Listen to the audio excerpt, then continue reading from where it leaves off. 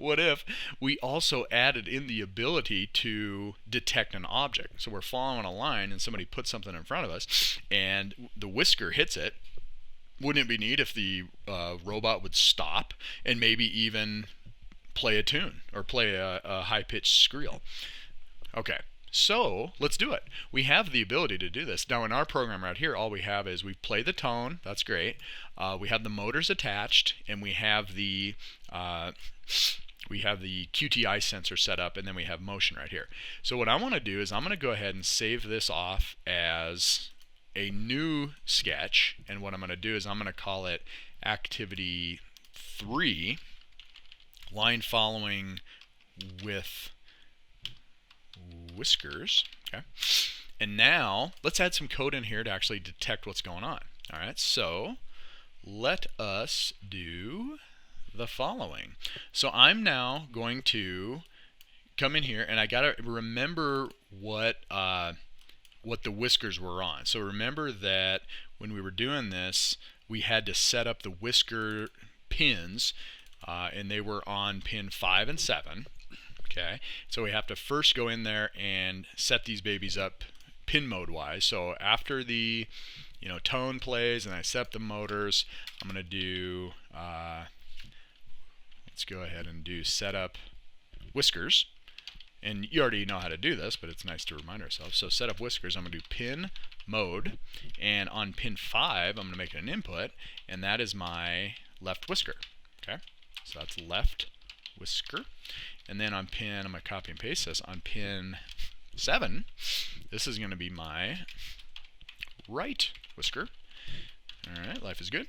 And I've now got them set up. And so now when I come down here, reading from the whisker is really quick. So let's go ahead and let's put it before the actual IR thing. So the first thing is read whiskers. Okay, and remember what we do with a read whisker is I'm going to set up a new variable of type byte, and I'm going to call it wleft, and that's just my name.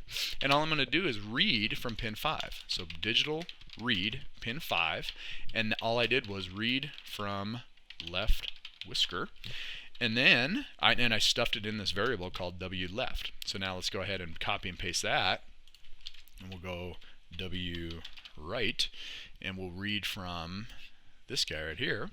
All right, and now I've got my stuff. So what do I do with it? Well, check this out.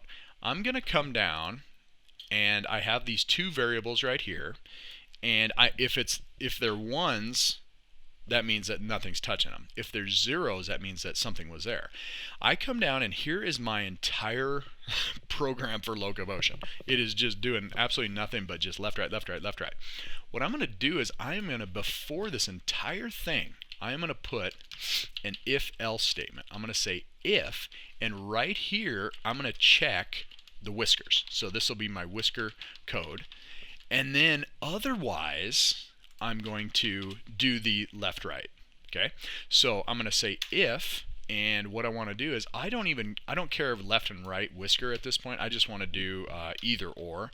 So let's go ahead and say w left, whisker left, if it's equal to a 0, we had some problems, so something's in our way.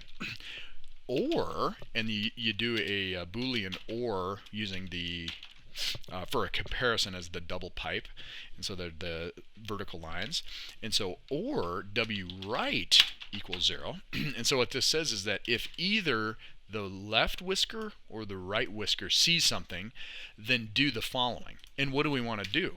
Well, what we want to do is do a halt. So we'll go ahead and say halt. Okay, and then it's like, for how long do you want to halt? Well, let's halt for, I don't know, 10 milliseconds. And the reason that we can do kind of a short amount of time is because it'll continually stay in this loop if something is in our way. But let's also play a tone. Let's play like a tone. Let's play something high pitched, like a really high pitched squeal. I don't even know if squeal's a word. And then so we're going to play that for 10 milliseconds, and then there you go. So now let's think about what's going to happen, all right, before we fire this baby up, okay? First of all, we read from the whiskers, and we check them first, because it's an important thing that we check that there's an obstacle. If there's an obstacle in the way, either on the left or the right whisker, what we're going to do is halt, we're going to delay, and then we're going to play a tone and delay a little bit and let it go. And these are short amount of times. You probably don't even need that halt in there, or that delay 10 right there. If something's out of the way, then you go into the left-right decision. So you veer left or your right, okay? So let's take a look and see if this works. So I'm going to get let's pull up the serial monitor again, and let's take a look at our robot. So now here's our robot, and I'm going to put it back in power position 1 so I can plug it in. I go ahead and plug it in, and now I am going to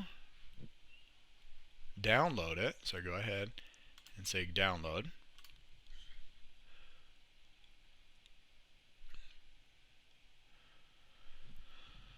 Okay, and it is almost ready. And I have it in position 1, so it's not going to take off on me. Okay, so here we go. Plays its tone. Life is good. And now I'm going to detach it. And here we go. I'm going to put it on position 2. I'm going to hit reset, put it on position 2, and now I'm going to go ahead and do it. And I'm going to put a book here so that I can see what's going to happen. Okay? So here it goes. It's following the line, and let's see if this works.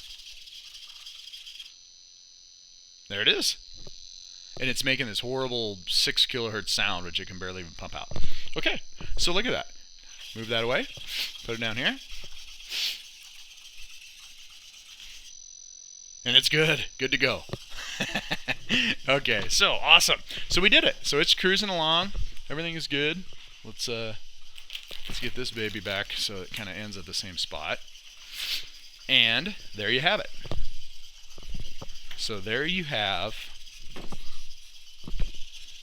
a line follower with object detection. Okay, very good. Now you give it a shot.